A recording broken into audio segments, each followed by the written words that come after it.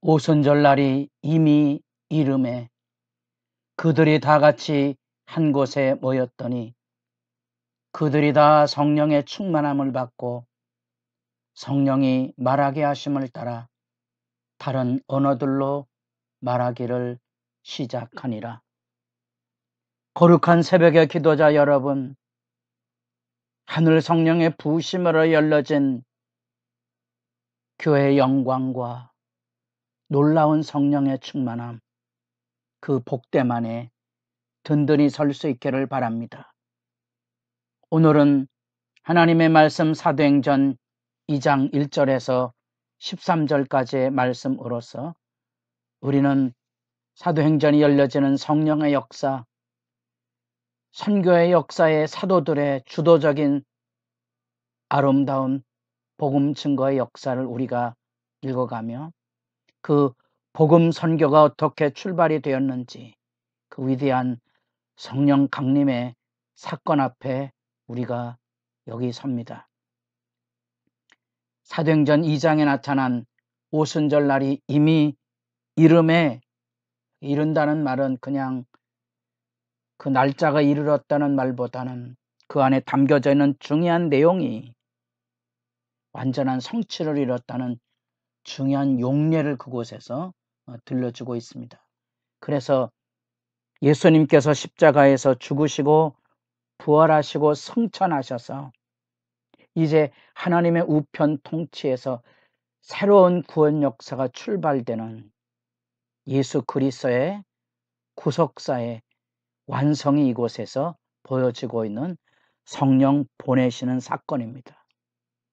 그런 점에서 이 십자가 부활처럼 성령 보내심의 이 사건은 예수 그리스도의 구속사의 아주 중요한 사건으로서 다시 반복될 수 없는 단회적인 의미를 가지고 있는 것은 분명합니다. 그러나 예수님께서 이루신 이 구원의 역사를 흔히 수직적이라 그러는데 이제 교회와 사도들을 통하여 이루어지는 성령의 부으심이 동일하게 여기 사마리아 지역 안에 고넬료 가정 안에 에베소 지역 안에서도 이렇게 수평적인 성령의 충만함이 열려지게 되는 것을 보게 됩니다. 그것은 많은 이제 논쟁점들을 가지고 있습니다만 기본적으로 이렇게 수직과 수평으로 나누시고 독특한 개념을 가지고 있다는 것. 또한 이 같은 성령의 역사는 지금도 각 지교회를 통하여 성령의 부으심, 이 충만이라는 표현에 담겨져 있는 것처럼 지속적으로 열려지게 될 것이고요. 그것이 단지 능력받는 것만을 의미하는 것은 아니라는 사실. 그래서 하나님께서 능력 있는 사람들을 세우기 위해서 성령으로 부으신 성령 세례 사건들을 잘 주의해서 이해하셔야 될 것입니다.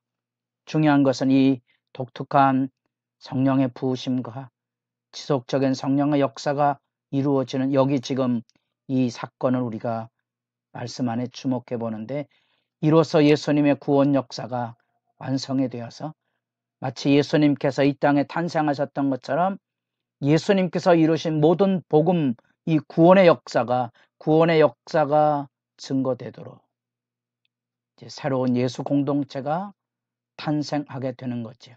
이제는 예수님을 통하여 예수님의 신앙 공동체, 부활과 기도와 성령의 공동체인 사도들의 모임을 통하여 이루어지는 이 교회가 이 땅에 예수님을 대신해서 하늘 역사를 이 땅에 이루는 하나님 나라의 구체적인 공동체 역할을 메시아적인 천국 공동체를 이제 우리가 이루어가게 되는 것을 보게 됩니다. 그래서 구약 성경의 하나님의 임재를 하나님의 백성의 공동체를 표현했던 이 성령의 임재가 이제는 여기 흔히 120 문도라는 표현을 쓰죠. 왜 문도라는 표현을 씁니까? 어떤 특정한 학파에 대한 개념 아닙니까?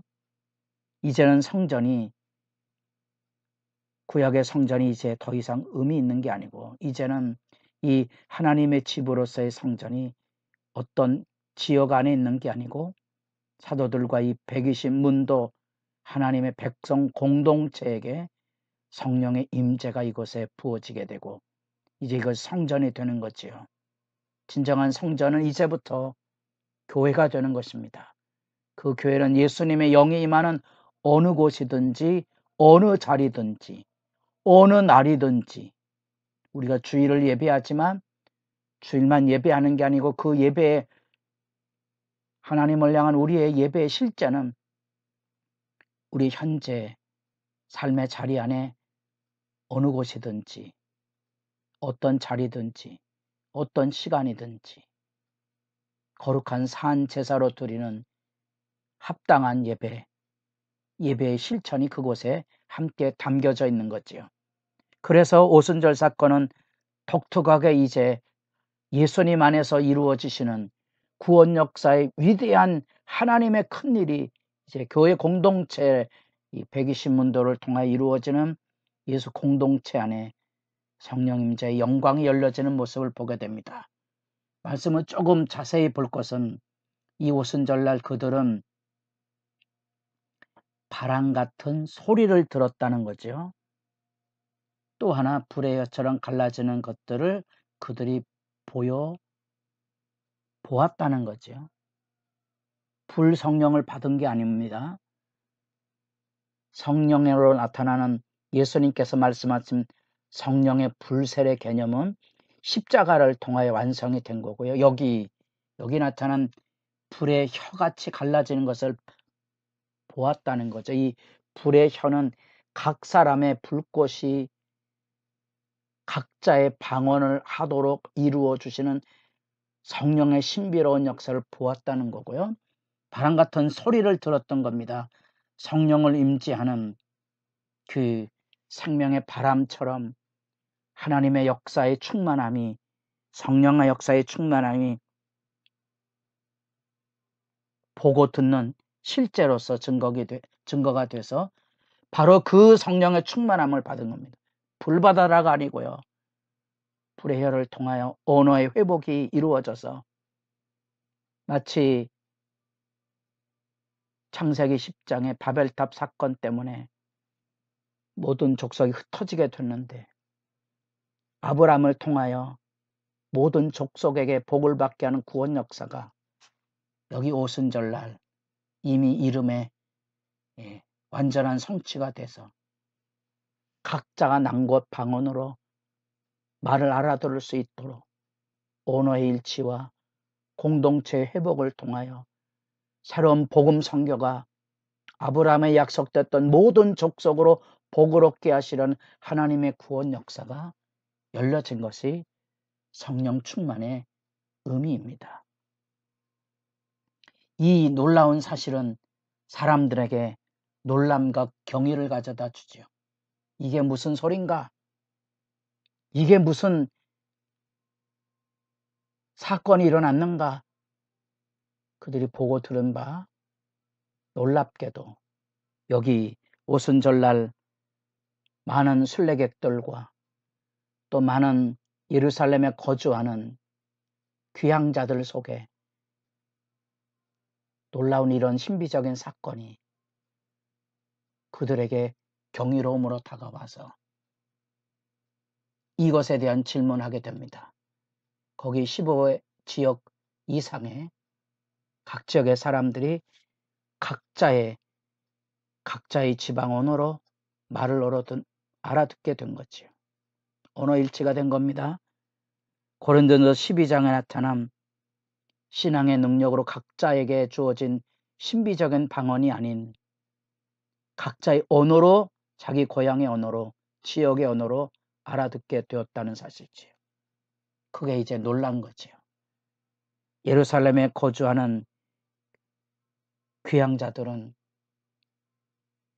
이 갈릴리 촌사람들이 하는 어투가 인식되어질 만큼 분별력을 가지고 있는데 이 촌사람들이 각 나라 지역 안에 그 놀라운 방언으로 그들에게 하나님의 복음의 역사를 증거된 일이니 이것이 어찌된 일입니까?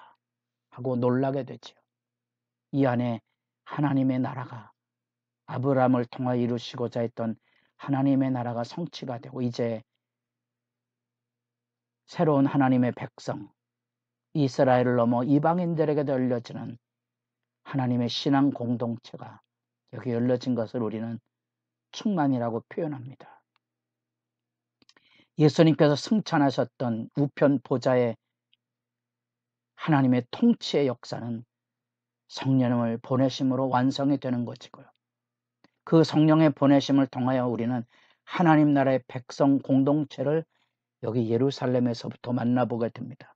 이 성령 충만한 임재의 증거와 증언들이 곧 사도들과 교회를 통하여 나타난 증거와 증언들을 통하여 지금 우리는 사도행전 29장으로서 여기 우리의 교회 안에도 이 놀라운 말씀과 성령의 역사의 일치를 만나보게 되는 겁니다.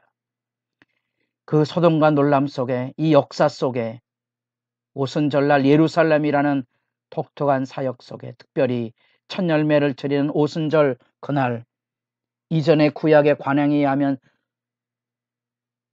보리와 밀 추수가 완성이 되어 처음 열매를 하나님께 드리는 것처럼 이제 유대인이나 이방이나 상관없이 이 오순절에 일어났던 이 120문도를 통한 성령의 역사가 첫 열매가 돼서 보증이 돼서 이후에 이 하나님의 큰 일의 역사가 모든 족속으로 땅끝까지 그리고 온 세상 끝에 그날까지 구원 역사가 열릴 것을 우리는 지켜보고 여러분의 기도가 이 하나님의 말씀 앞에 성령의 충만함을 통하여 이루시는 하나님의 구원의 영광이 오늘 우리들에게도 동일하게 보증이 되고 확신이 되고 우리에게도 능력의 부으심이 돼서 우리와 우리 교회가 하나님의 성령의 충만함에 하늘 역사를 이루는 일에 하나 될 수 있기를 진실로 소망합니다.